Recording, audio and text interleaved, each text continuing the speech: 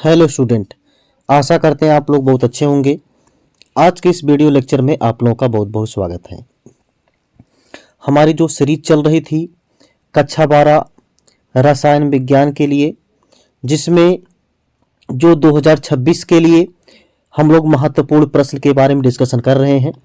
इसमें आज का हमारा जो चैप्टर होने वाला है ये होने वाला है एल्कोहल, फिनाल एवं ईथर।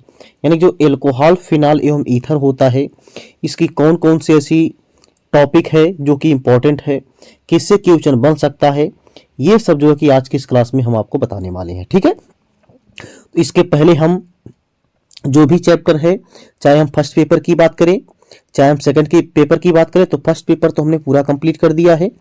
सेकंड पेपर का जो हेलो एल्केन और हेलो एरीन वाला चैप्टर है उसको भी हमने कवर करा दिया, उसका भी इंपॉर्टेंट क्वेश्चन भी हमने आपको बता दिया है। तो उसको आप लोग नहीं देखें तो प्लेलिस्ट बनी हुई है, वहां पे जाकर के आप लोग देख लीजिएगा। ठीक है, आज के इस वीडियो लेक्चर में हम आपको बताने वाले हैं कि जो एल्कोहल, फिनाल और ईथर होता है, इसका कौन कौन सा ऐसा क्वेश्चन है जो कि इंपॉर्टेंट हो जाता है। ठीक है, चलिए अब हम लोग चलते हैं पहले क्वेश्चन की तरफ। तो पहला क्वेश्चन यहाँ पे क्या बोला जा रहा है कि ग्रिगनार्ड अभिकर्मक द्वारा प्राथमिक, द्वितीयक एवं तृतीयक एल्कोहल बनाने की विधि लिखिए। ठीक है, यानी कि जो ग्रिगनार्ड अभिकर्मक होता है जिसको हम लोग बोलते हैं RMgX, क्या बोलते हैं इसको, RMgX। ठीक ना, ये जो यानी कि RMgX होता है, इसकी सहायता से आपको क्या करना है, 1 डिग्री, 2 डिग्री और 3 डिग्री एल्कोहल आप कैसे बनाएंगे, इसको आप लोगों को क्या करना है, बताना है। ये भैया कई बार क्वेश्चन पूछा गया है, तो आप इसको अच्छी तरीके से जो है कि तैयार कर लीजिएगा। ठीक है, चलिए अब हम दूसरे क्वेश्चन की तरफ आगे बढ़ते हैं। तो दूसरा क्वेश्चन यहाँ पे क्या बोला जा रहा है, निम्नलिखित पर संक्षिप्त टिप्पणी लिखिए। इसमें जो इस टाइप का क्वेश्चन होता है ये हर बार पूछा जाता है, तो आप इसको अच्छी तरीके से तैयार कर लीजिएगा। अब एक चीज हम आपको बता देना चाहते हैं कि जो भी हमने यहाँ पे टॉपिक लिया है या फिर जो भी हमने यहाँ पे क्वेश्चन दिया है, वो क्वेश्चन सेम टू सेम आपके एग्जाम में नहीं आने वाला है। तो आप पूछेंगे, आप बोलेंगे कि तब सर ये हमको बता क्यों रहे हैं, तो हम आपको एक चीज क्लियर कर देना चाहते हैं कि इस सभी क्वेश्चन में जो भी टॉपिक हमने इन्वॉल्व किया है उस टॉपिक से क्वेश्चन बनेगा, ये हम कह सकते हैं। लेकिन अगर हम बोले, यानी कि अगर हम बोले कि 100% यही क्वेश्चन आएगा, तो आ भी सकता है, नहीं भी आ सकता है। ठीक है ना, लेकिन जो टॉपिक हमने यहाँ पे बताया है, ये टॉपिक आप लोग अच्छी तरीके से तैयार कर लीजिएगा। इस टॉपिक से 100% क्वेश्चन पूछा जाएगा, आपको बिल्कुल भी परेशान होने की जरूरत नहीं है। आप इतना पढ़ लेंगे तो आप लोगों के लिए इनफ हो जाएगा। ठीक है, चलिए जैसे इसमें जो नेमिंग रिएक्शन है हमने पहले लिया है, कोल्बे सीमट अभिक्रिया लिया है। दूसरा क्या है, रीमर टीमान अभिक्रिया है। तीसरा यहाँ पे है लीबरमान अभिक्रिया है, और चौथा यहाँ पे क्या है, गाटरमान अभिक्रिया है। ठीक है, तो इसको आप लोग क्या करिएगा, जो है कि अच्छी तरीके से तैयार कर लीजिएगा। ये सभी रिएक्शन जो कि इंपॉर्टेंट हो जाती है। ठीक है, चलिए अब इसके बाद हम अगले क्वेश्चन की तरफ आगे बढ़ते हैं। अगला क्वेश्चन यहाँ पे क्या बोला जा रहा है, तीसरा क्वेश्चन, क्या होता है जब केवल रासायनिक समीकरण दीजिए। आपको क्या करना है, केवल रासायनिक समीकरण देना है। तो जिसमें पहला क्वेश्चन यहाँ पे बोल रहा है, फिनाल को क्लोरोफॉर्म तथा कास्टिक सोडा विलयन के साथ गर्म करते हैं।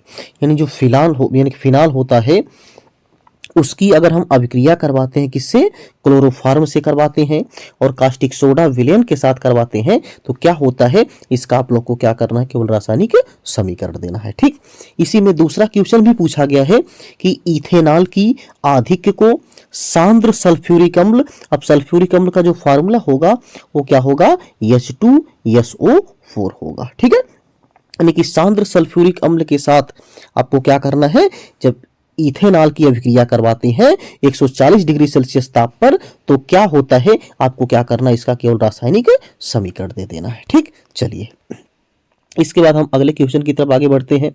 अगला क्वेश्चन जो कि क्वेश्चन नंबर 4 है, यहाँ पे क्या दिया जा रहा है कि निम्नलिखित परिवर्तन कैसे करोगे, केवल रासायनिक समीकरण दीजिए। यानी कि परिवर्तन आपको करना है, क्या परिवर्तन करना है, अब इसको ध्यान से समझिए कि फिनाल से एनिलीन, यानी जो फिनाल होता है उससे आप एनिलीन कैसे बनाएंगे।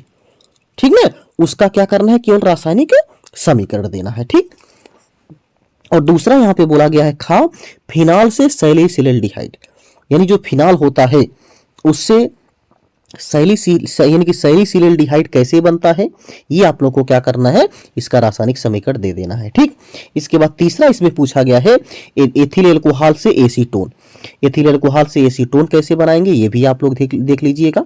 और चौथा इसमें क्या है, मेथिल साइनाइड से एथिल एल्कोहल, जो मेथिल साइनाइड होता है इससे एथिल एल्कोहल कैसे बनेगा, ये भी आपको क्या करना है, इसका केवल रासायनिक समीकरण आपको दे देना है। ठीक, चलिए अब हम लोग चलते हैं अगले क्वेश्चन की तरफ आगे। अगला क्वेश्चन यहाँ पे पांचवा क्वेश्चन क्या बोला जा रहा है कि पिक्रिक अम्ल तथा फिनाप्थेलिन का संरचनात्मक सूत्र लिखिए। जो पिक्रिक अम्ल होता है और जो फिनाप्थेलिन होता है, इसका आपको क्या करना है, संरचनात्मक सूत्र लिखना है, यानी इसका स्ट्रक्चरल फार्मूला आप लोगों को बता देना है। ये भी इसमें इंपॉर्टेंट क्वेश्चन के तहत हो जाता है। ठीक, चलिए अब हम लोग चलते हैं छठवें क्वेश्चन की तरफ आगे। छठवां यहाँ पे क्या बोला जा रहा है, फिनाल बनाने की किन्हीं दो विधियों का वर्णन कीजिए।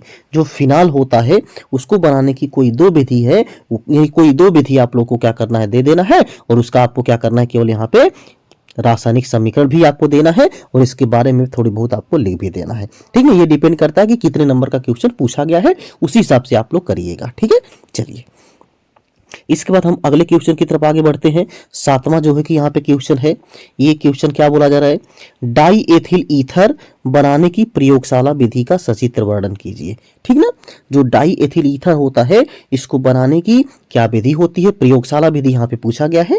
तो प्रयोग यानी कि प्रयोगशाला विधि आप लोग को बता देनी है।